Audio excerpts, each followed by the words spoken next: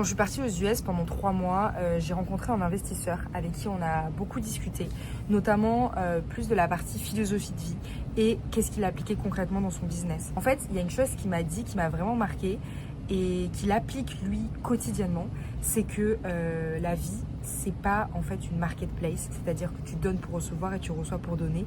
C'est beaucoup plus une maison. Et lui, il applique ça dans toutes ses interactions avec les gens avec qui il travaille, avec les gens avec qui il investit, les founders avec qui il investit. Et ça m'a fait beaucoup réfléchir parce que je me suis rendu compte que tous nos échanges, nos interactions, c'était très transactionnel.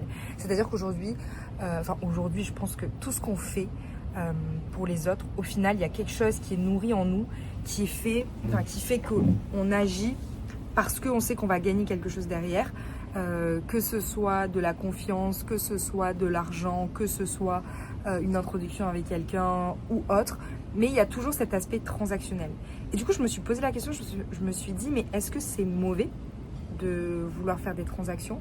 Est-ce que nos relations humaines, elles sont pas perverties parce qu'on est tout le temps là à se dire, ok, mais qu'est-ce que je gagne à parler à cette personne? Qu'est-ce que je gagne à faire ça pour cette personne? J'ai trouvé ça triste parce que je me suis rendu compte que oui, on faisait beaucoup les choses par intérêt. Et je suis curieuse d'avoir votre avis sur vous. Est-ce que à chaque fois que vous entreprenez quelque chose, c'est forcément par intérêt? Et est-ce que c'est mal de vouloir agir par intérêt? Je ne sais pas. Mais en tout cas, j'ai trouvé que cette réalisation de se dire, ok, on agit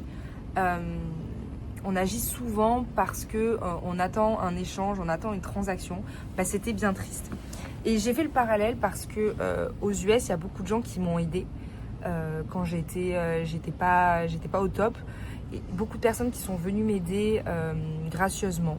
Et j'ai eu énormément de mal à accepter ça parce que dans l'inconscient collectif et dans moi, mon inconscient personnel, accepter de l'aide, c'est mal. Accepter de l'aide, c'est en fait... j'ai jamais appris à accepter de l'aide tout simplement parce que on m'a toujours dit que on devait compter que sur soi-même, qu'on ne devait pas déranger les autres.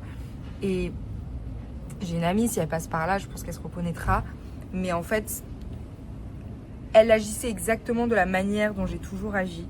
Donc ça m'a fait effet miroir et je me suis rendu compte.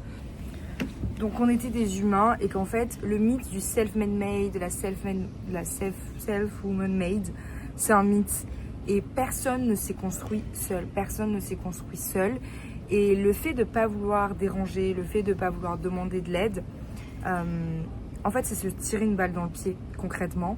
Parce que ça voudrait dire qu'on se croit supérieur au point de n'avoir besoin de personne, sauf qu'on est des êtres humains.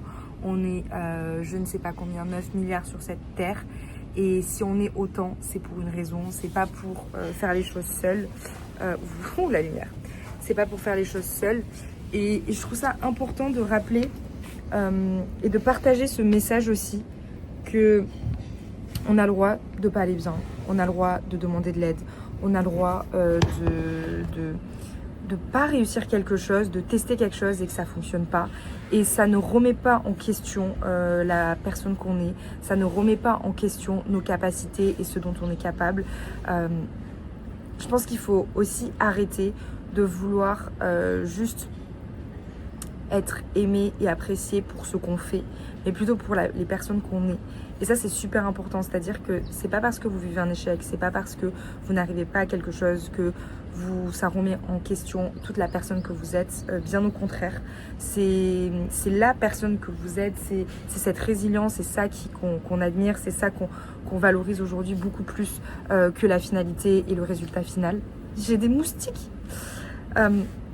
Et voilà, et aujourd'hui, moi, j'aimerais bien savoir, vous, qu'est-ce que vous en pensez?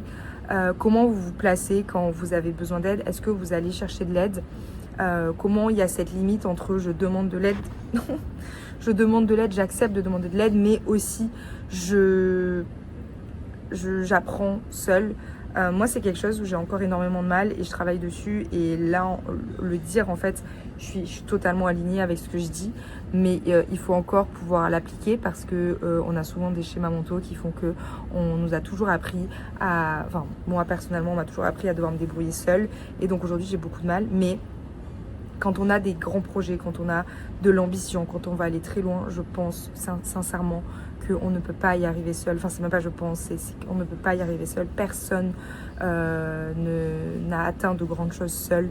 Donc, pour moi, l'ambition, elle va aussi avec le fait d'accepter d'être vulnérable, d'accepter d'avoir des difficultés, d'accepter d'échouer, d'accepter de recommencer à chaque fois et surtout de demander de l'aide.